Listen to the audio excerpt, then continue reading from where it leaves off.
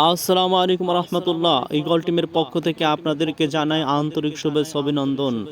আপনারা জানেন সুন্দরতম নাটক রিলিজ হয়েছে, যার নাম হলো জাপানি জামাই। জাপানি জামাই অত্যন্ত সুন্দরভাবে আপনাদের সামনে আমরা ফুটিয়ে তোলার চেষ্টা করেছি।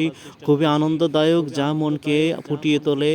আনন্দের সাথে হাস্যোজ্জ্বলভাবে যারা যারা আমাদের এই নাটকটি দেখতে ইচ্ছুক, অবশ্যই আপনাদের কাছে রিকোয়েস্ট থাকবে, অবশ্যই আমাদের চ্যানেলটিকে সাবস্ক্রাইব করে পাশে থাকুন।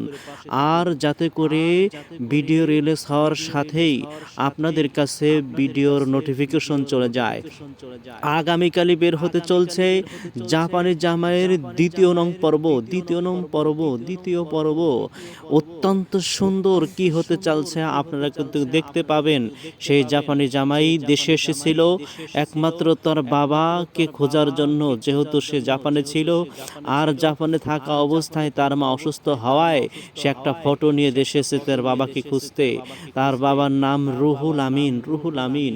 এই রুহুল আমিনকে খোঁজার জন্য দেশে যখন সংবাদ পেয়েছে অমুক জায়গায় ঠিকই একটা বাড়িতে এসেছে, তার নামও কিন্তু রুহুল আমিন, কিন্তু সে তার বাবা নয়। এই রুহুল আমিন সে জাপানি জামাই পেয়ে একটা ভাঙ্গিয়ে চুরিয়ে তাকে একটা বিবাহের মাধ্যমে অনেক টাকা হাতিয়ে নেওয়ার চেষ্টা করছিল। কিন্তু একটা মেয়ে যাকে অনেক সে পছন্দও করে, সেই মেয়ে তার বাবাকে খুঁজে দেওয়ার জন্য এখন নতুনভাবে পথ চলতে শুরু করছে। আপনারা দেখবেন সেই পর্ব, দ্বিতীয় পর্বমালাতে, দ্বিতীয় পাঠে তার বাবাকে কিভাবে পায় এবং কোন জায়গায় পায় সব কিছু দেখা হবে। আপনারা দেখতে থাকুন, সেই দ্বিতীয় পর্বমালা আসার অপেক্ষায় থাকুন। আগামীকালই রিলিজ হতে চলছে, অতএব সকলে পাশে থাকুন। আমাদের নোটিফিকেশন আপনাদের কাছে অবশ্যই পৌঁছে যাবে। সকলের সুস্থতা কামনা করে আমরা এবারের মতো বিদায় নিতে যাচ্ছি। সবাই ভালো থাকবেন, সুস্থ থাকবেন। আমাদের জাপানি ভাই, সেই জাপানি ছেলে কি করতে যাচ্ছে, যার জন্য গ্রামের সব যুবতীরা কিন্তু পাগল, সিরিয়াল ধরেছে। সবাই ভাবছে আমার সাথে তার বিবাহ হবে, অমুক বলে না আমার সাথে। হ্যাঁ, এরকমভাবে যত বড় লোকের মেয়েরা আছে এবং কি চেয়ারম্যানের কাছে এই রুহুল আমিন ভণ্ড, যে নিজেকে জাপানি ছেলের বাপ পরিচয় দিচ্ছে, সে চেয়ারম্যানের মেয়ের সাথে তার বিবাহের কথাও বলেছে এবং বড় অঙ্কের দেলমেহরের কথাও বলা হয়েছে।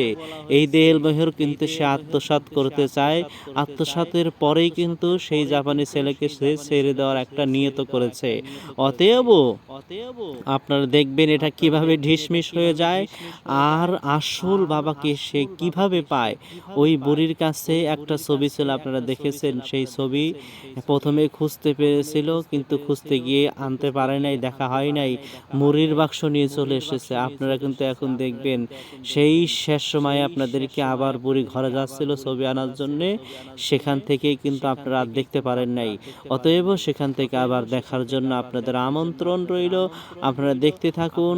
আপনারা অবশ্যই আমাদের সঙ্গে থাকুন, নোটিফিকেশন চালু করে রাখুন। আপনারা পেয়ে যাবেন আপনাদের কাঙ্ক্ষিত সেই নাটক, সুন্দরতম, যা আপনাদের অন্তরকে দেবে আলোকিত, অন্তরকে আনন্দ দিয়ে ভরপুর করে দিবে, শুধু হাসি আর হাসি।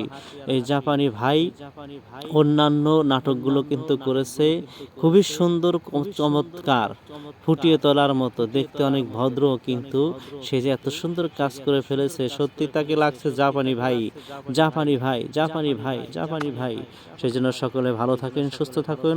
সকলের সুস্থতা কামনা করে আমরা বিদায় নিচ্ছি। খোদা হাফেজ, ভালো থাকবেন সবাই।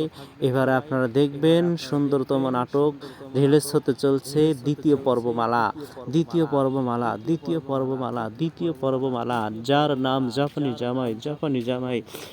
আপনারা দেখতে থাকুন, চ্যানেলটিকে সাবস্ক্রাইব করুন এবং বেল আইকনটি চেপে রাখুন, যাতে করে ভিডিও রিলিজ হওয়ার সাথেই আপনাদের কাছে নোটিফিকেশন চলে যায়। সকলকে ধন্যবাদ, অসংখ্য ধন্যবাদ। ভালো থাকবেন। খোদা হাফেজ। বিদায় নিচ্ছি, এবার বিদায়ের পালা। খোদা হাফেজ।